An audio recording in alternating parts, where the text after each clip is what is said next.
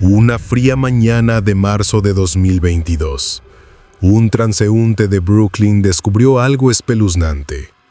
En un carrito de compras abandonado, dentro de una bolsa con estampado de flores, asomaba la evidencia física de una mujer, un segmento troncular. La policía inició de inmediato una investigación que pronto arrojaría un giro aún más sorprendente. Las cámaras de seguridad de una tienda cercana mostraron a una anciana recorriendo los pasillos en un scooter motorizado, llevando sobre el asiento un paquete envuelto en plástico. Al detenerse un instante, quedó visible el contenido. Era una silueta anatómica bastante evidente. Las pistas condujeron a una sospechosa inesperada, Harvey Marceline, de 83 años. Nadie podía imaginar que aquella mujer en apariencia frágil fuese capaz de un crimen, pero las evidencias la señalaban como responsable de fragmentar las evidencias de Susan Layton, la dueña de la región troncular. La noticia sacudió a la ciudad de Nueva York, y a medida que se conocían más detalles, emergía un contexto impactante. Este no era un acto aislado, sino el capítulo final de una trayectoria criminal que se extendía por casi 6 décadas. Detrás de la octogenaria en silla de ruedas se ocultaba la figura de una asesina reincidente. Las primeras víctimas de Harvey Marceline habían caído muchos años atrás. La pregunta era inevitable. ¿Cómo llegó esta anciana aparentemente inocente a convertirse en la protagonista de uno de los casos más impactantes de la crónica criminal neoyorquina? Para entender cómo surgió la oscuridad en Harvey Marceline, hay que remontarse a su infancia. Nació en 1938 en Harlem, Nueva York, hijo único de una costurera y un trabajador portuario. Su niñez pareció normal al principio, pero a los 10 años perdió a su padre y su mundo se tambaleó. Criado solo por su madre, Harvey pasó de ser un niño alegre a uno rebelde e inestable. Buscando corregir su conducta, su madre lo inscribió en un internado católico, pero allí no lo pasó bien. Aquellas experiencias lo llenaron de ira y confusión. En la adolescencia, Harvey escapaba de casa con frecuencia y mostraba un comportamiento cada vez más problemático. Posteriormente, en 1951, un episodio marcaría su vida. Se vistió con ropa femenina en Halloween y descubrió que adoptar una identidad femenina le provocaba un inesperado bienestar. Nacía así Marceline, su yo oculto, en una época en que expresarse como transgénero era prácticamente impensable. Este secreto, sumado a su despertar sexual turbulento, alimentó más su inestabilidad. Un año después, Harvey fue acusado de intentar hacer algo con una persona de edad no mencionable, lo que llevó a que lo internaran en un hospital psiquiátrico en 1952. Los psiquiatras detectaron en él señales de trastorno mental, posibles delirios, rasgos esquizoides y una personalidad paranoide. Aunque retomó sus estudios y se graduó de la secundaria en 1956, su mente ya cargaba con un cóctel explosivo de traumas, confusión de identidad de género, inicio de adicciones y una ira sorda. La semilla del futuro monstruo ya estaba plantada, esperando la oportunidad para brotar. En los inicios de los años 60, Harvey, ya adulto joven, intentó llevar una vida aparentemente normal. Incluso se casó con una mujer llamada Florence Jackson, pero su inestabilidad emocional arruinó esa fachada. Tenía aventuras con otras mujeres, incapaz de reprimir sus impulsos. Una de esas amantes fue Jacqueline Bonds, de 24 años, con quien vivió un romance intenso y tormentoso. Jacqueline pronto percibió el carácter agresivo y celoso de Harvey y decidió alejarse de él. Esa ruptura encendió su obsesión enfermiza. Tras la separación, Harvey comenzó a buscar a Jacqueline sin tregua. La seguía, incluso frente a testigos le decía que si no era suya, no sería de nadie. La tensión escaló dramáticamente en la primavera de 1963. Harvey tuvo roces con la ley en esos días, pero logró quedar en libertad bajo fianza y usó esa libertad para consumar su acto fatal. El 18 de abril de 1963, irrumpió armado con algo más que solo de valor y entró en el edificio donde vivía Jacqueline Bonds, en Harlem. La enfrentó en el pasillo y tras una acalorada discusión, forcejearon y Jacqueline, herida, intentó huir dentro de su apartamento, pero Harvey la ultimó con la herramienta que llevaba con él. Minutos después, Harvey Marceline fue arrestado con el arma aún en su temblorosa mano. Los policías lo trasladaron al Bellevue Hospital para evaluar su estado mental. Allí los especialistas concluyeron. El juicio por el caso de Jacqueline Bonds tuvo lugar a finales de 1963. Harvey Marceline, de 25 años, fue declarado culpable de crimen en primer grado. El jurado no logró la unanimidad para imponer la pena capital, así que el juez le sentenció a cadena perpetua con posibilidad de libertad condicional en el futuro. Al escuchar el veredicto, Harvey admitió fríamente que había privado de vida a Jacqueline por celos. Prefería verla privada antes que con otro. Con esa confesión escalofriante, quedó sellado su destino inmediato. Pasaría las siguientes décadas tras las rejas. En prisión, Marceline se hizo notar por las razones equivocadas. En septiembre de 1971, estuvo entre los reclusos que participaron en el violento motín de la prisión de Ática, un levantamiento que terminó con decenas de heridos y algunos privados de vida cuando las autoridades retomaron control. Ese episodio no mejoró en nada su expediente. Durante los años que siguieron, Harvey mostró una conducta problemática, especialmente hacia mujeres que trabajaban como personal penitenciario o voluntarias. Reportes internos señalaban que enviaba cartas inapropiadas a empleadas y mantenía una actitud desafiante. Cada vez que solicitó libertad condicional, las juntas la rechazaron alegando el peligro que aún representaba. Marceline permaneció encarcelado más de 20 años. Sin embargo, a inicios de la década de 1980, las leyes y políticas cambiantes abrieron una posibilidad inesperada.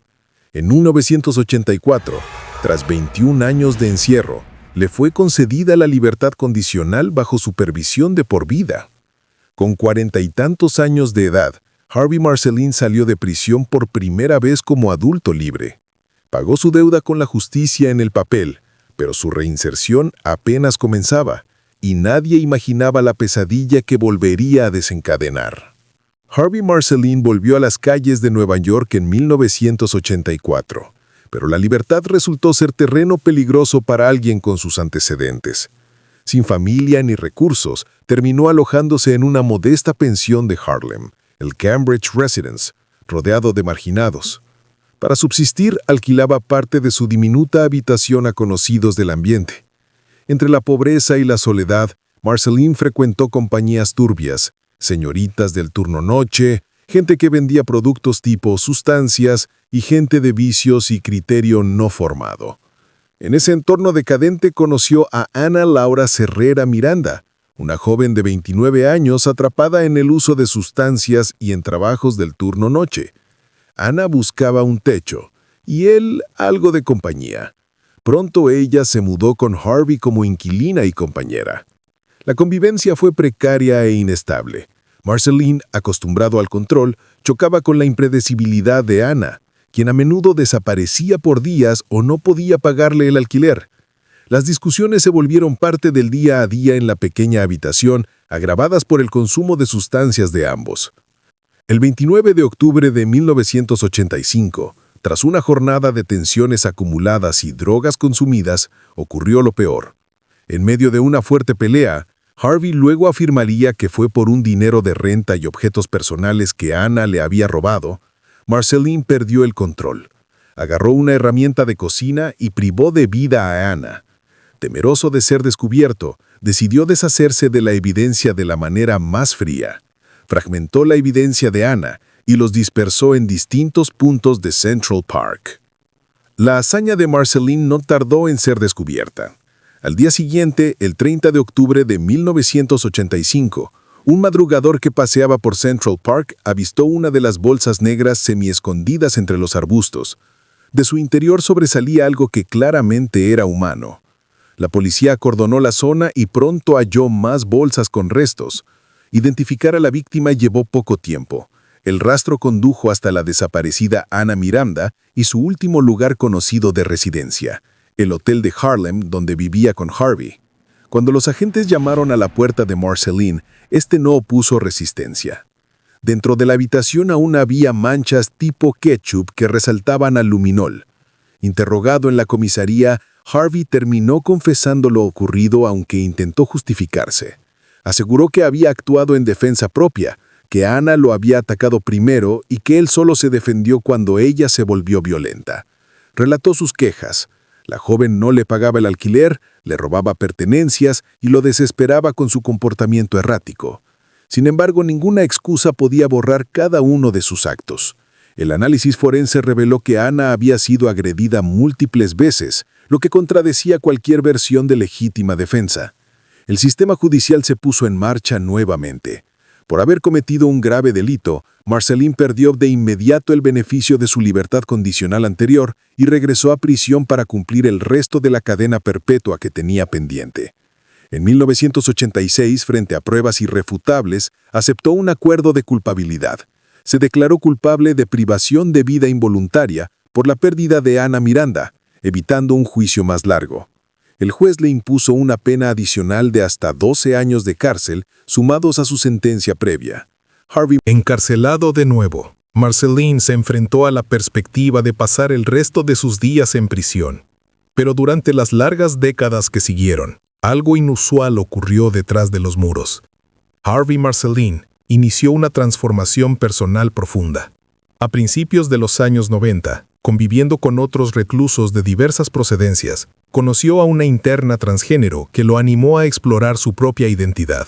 En 1993, Harvey comenzó una terapia hormonal con estrógenos. Poco a poco, adoptó modales y una apariencia más femenina, dejando atrás el rígido aspecto con el que había llegado a la cárcel. Nacía plenamente Marceline, su identidad femenina, que había permanecido reprimida durante tanto tiempo.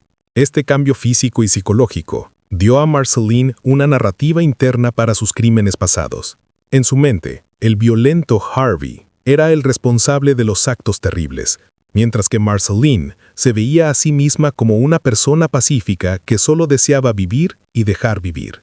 Aunque esta división de personalidad no era un diagnóstico clínico confirmado, sí reflejaba la lucha interna que llevaba años librando.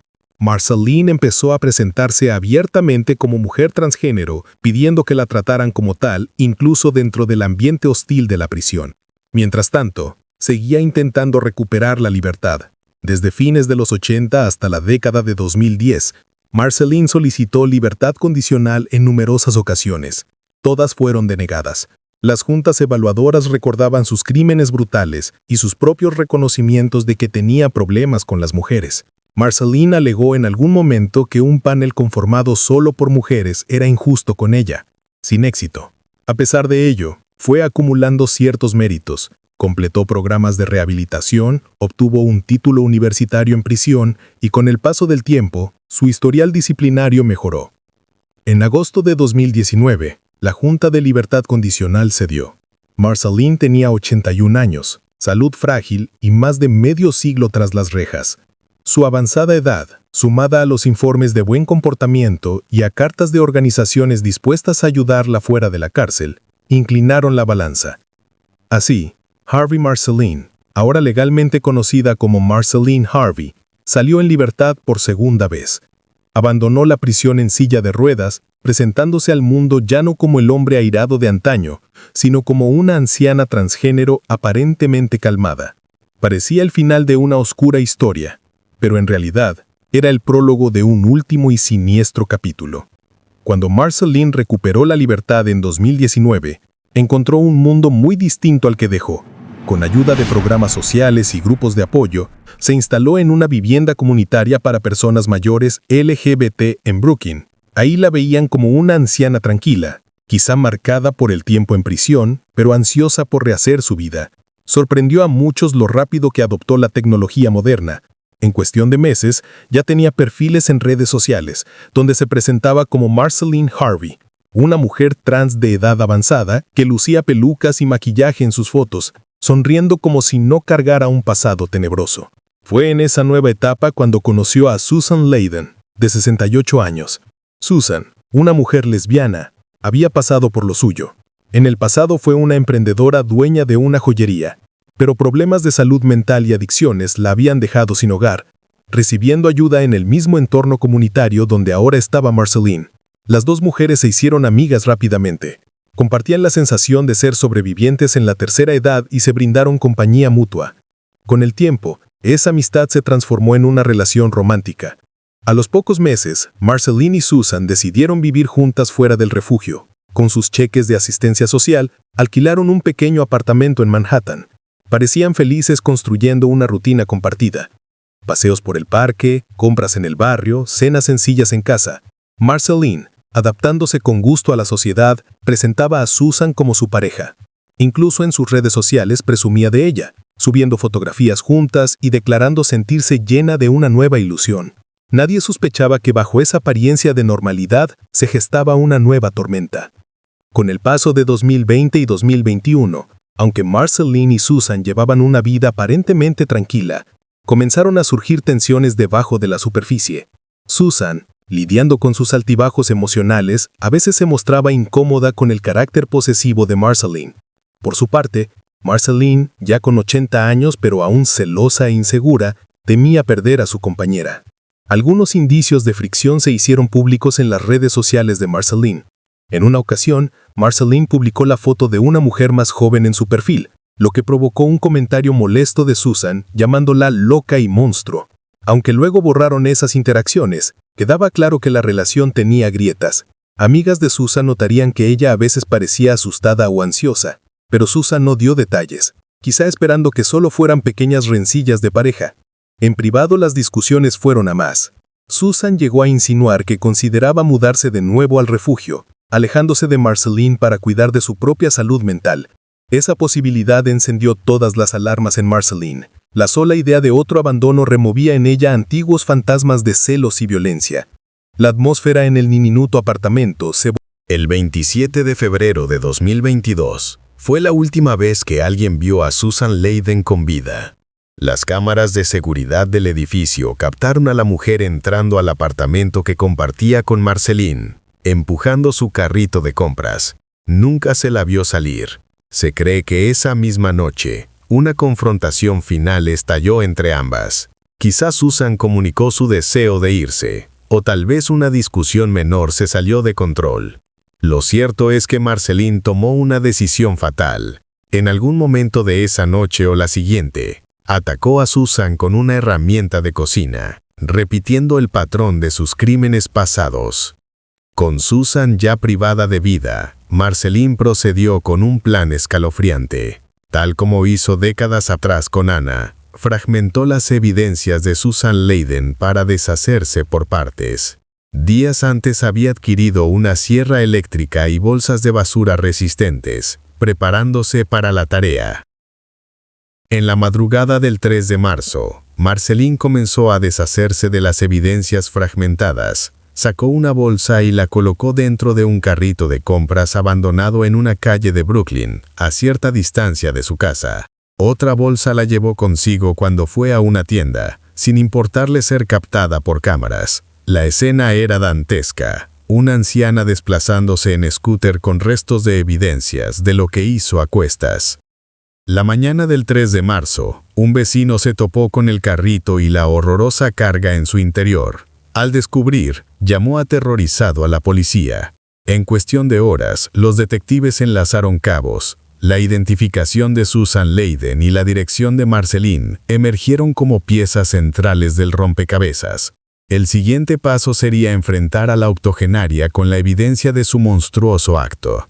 La policía llegó al apartamento de Marceline el 4 de marzo de 2022 con una orden de registro. Adentro encontraron la evidencia definitiva. Más evidencia de Susan Leyden escondida en una bolsa, la sierra eléctrica que brillaba con luminol y otros indicios incriminatorios.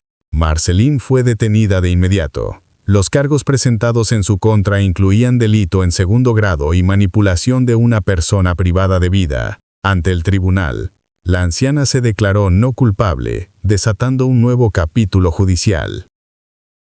El caso de la octogenaria acusada de crimen acaparó titulares. La prensa la apodó como la asesina en serie octogenaria de Nueva York. Muchos se preguntaban cómo era posible que alguien con semejante historial hubiese estado libre. Bajo la intensa atención mediática, Marceline sorprendió dando su propia versión de los hechos en una entrevista desde la cárcel. Admitió sus 2 primeros casos de décadas atrás, pero negó rotundamente haber ultimado a Susan Leyden. Con voz pausada, acusó a 2 conocidas suyas de ser las verdaderas causantes, alegando que ellas habrían atacado a Susan por celos y luego incriminado a Marceline. Pocas personas dieron crédito a esa historia que sonaba inverosímil frente a las pruebas. Lo que sí llamó la atención fue cómo Marceline hablaba de sí misma en tercera persona, diferenciando entre Marceline y Harvey. Aseguró que su lado femenino, Marceline, era una persona pacífica, mientras que Harvey, su identidad masculina del pasado, era el hombre malo responsable de la violencia. Esa explicación dividida pareció más un intento de esquivar la culpa que una realidad psicológica aceptable para la justicia. A la espera del juicio, Marceline Harvey fue recluida en la sección femenina de Rikers Island, de acuerdo con su identidad de género. Entre la opinión pública, la noticia generó tanto horror como indignación. Las amistades recientes de Marceline en la comunidad trans y los vecinos que la conocieron en libertad apenas podían creer que aquella abuelita amable fuera en realidad una presunta asesina en serie. Por otro lado, familiares de víctimas anteriores y ciudadanos furiosos clamaban por respuestas. ¿Cómo las autoridades dejaron que esta tragedia sucediera? En marzo de 2024, comenzó finalmente el juicio por el asesinato de Susan Leyden. Frente a un jurado incrédulo, la figura encorvada de Marceline escuchó cómo la fiscalía hilaba la historia de sus crímenes, retratándola no como una anciana indefensa, sino como un depredador que había burlado al sistema durante demasiado tiempo.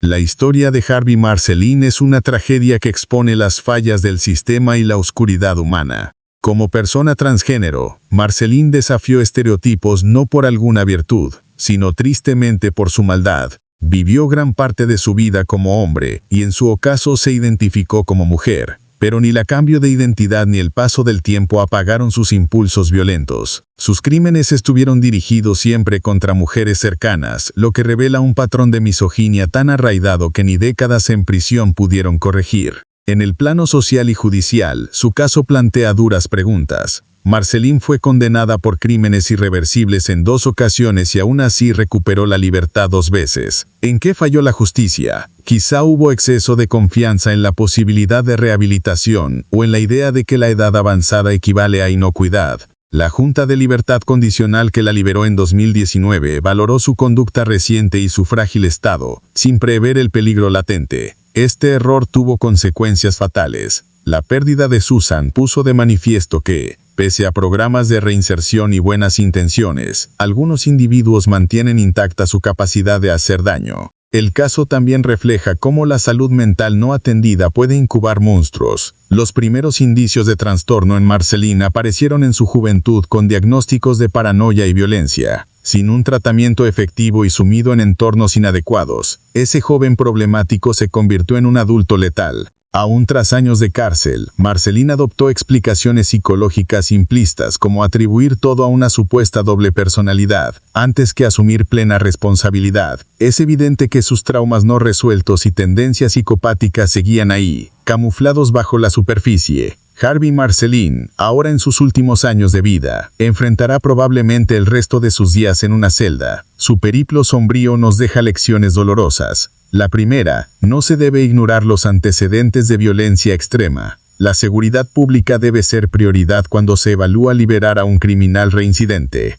La segunda, la identidad de género de una persona no determina su peligrosidad ni la redime de sus actos. Marceline merece ser tratada con dignidad en cuanto a su género, pero sus crímenes deben juzgarse con la misma dureza que los de cualquier asesino. Y por último, su historia nos recuerda la importancia de la salud mental. Al final, las cicatrices que Harvey Marceline deja no solo pertenecen a sus víctimas directas y sus familias, sino también a una sociedad que debió aprender, demasiado tarde, que las segundas oportunidades pueden costar vidas. Este dorco relato de 6 décadas, con sus capítulos de sangre y de engaño, cierra con una reflexión